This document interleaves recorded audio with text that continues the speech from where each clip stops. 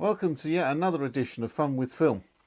You said I haven't got any film to play with. That doesn't matter because we've had two news flashes and they've kind of got me thinking, and they've got me thinking quite hard.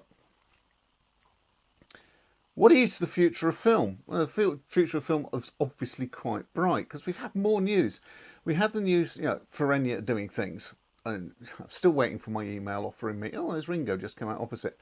I'm still waiting for my email offering me the cheap film. They've promised to get the colour transparency film into production this year. Kodak have said that, stuff them, you are having Ektachrome back this year, whether you want it or not. Obviously people do.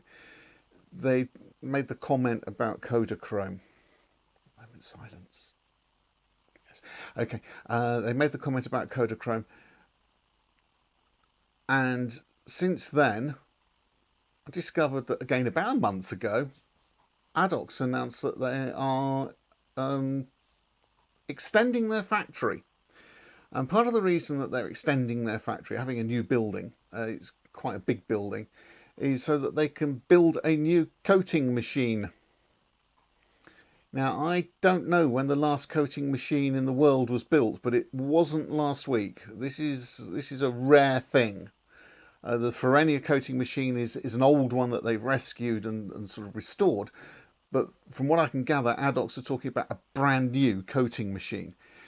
Any company that is prepared to inject the sort of money needed to build a new coating machine has done their homework, and they are going to be able to recover their costs. Otherwise, they just could not do it.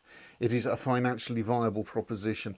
This bodes exceedingly well for film. The future of film is pretty well secure, I would guess, going by that sort of behaviour. But it kind of makes me think, look, where are the others at? Kodak obviously believe Ektachrome is financially viable, otherwise they wouldn't be making it. They wouldn't be putting it into production and letting it loose onto an unsuspecting public. It must be financially viable. Kodak is in a very difficult situation. They cannot take risks. And if you think about that and you think, well, what's all this about Kodasomething then? So I'm just going to pause and just have a few quick thoughts about Kodasomething.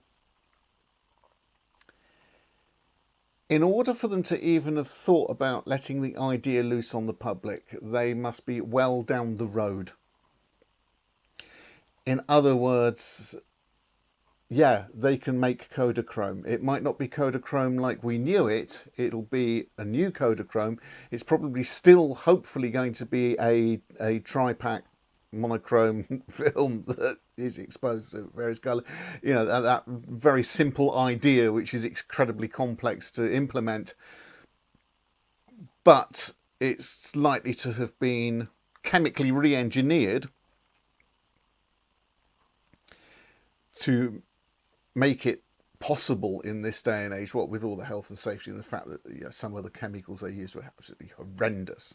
So it's going to be easier to process. It's got to be cheaper to process.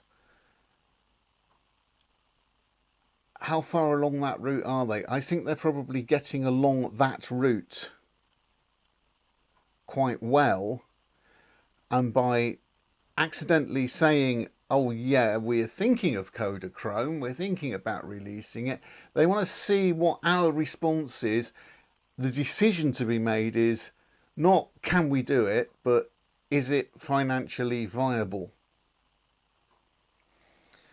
And that means, is it going to be cheap?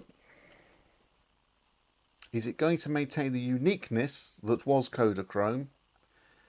And if it doesn't, there's no point in doing it. Yes.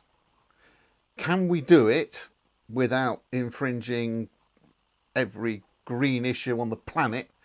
Yes. Can we do it economically? That partly depends on demand. Let's accidentally say something and see how the world reacts. And if the world reacts in the right way, then perhaps we should look at it as a commercial proposition. The Kodachrome we may, tiny chance, better than no chance at all, tiny chance. The Kodachrome we may get is not going to be chemically the same as the Kodachrome of old. Now, Kodachrome went through at least 3 revisions in its lifetime, so that's nothing new. It'll still be Kodachrome. Hopefully it'll still maintain the uniqueness of the tri-pack monochrome base. That's what makes Kodachrome unique. That's what gives it its Kodachrome look. And if they can do that with new chemistry that is ecologically sound and economically sound, and there is a demand, the chance of getting Kodachrome back goes from that to about that. It's actually quite big in the world of film these days, considering, don't forget, that film is dead. But where does that leave us? With, obviously, if Addox are building a new coating machine, are they looking at new film? Are they looking at producing new emulsions? Yeah. Kodak wanted to know what other emulsions we wanted. Well, Plus X would be awfully nice, because I work mainly in black and white. Plus X would be awfully nice, certainly up to 120, but in 5.4 at an affordable price would be really good. You've got Double X in production anyway, in 35mm for the motion picture industry. Can't you chop that up and put it in cassettes for us? Come on, play the game. People have been using offcuts for years. You want accessible Double X, and that's instantly a new stills black and white film. Straight on the market, clump, done, easy. But it still leaves me wondering, we're promised 2 new colour transparency emulsions coming out. And this tiny possibility of a third, that hopefully the possibility is going up and it might get as much as that. Even if Kodachrome doesn't happen, I bet another colour transparency film will appear somewhere. You never know, Fuji might start, might, instead of killing everything off, they might start looking at it.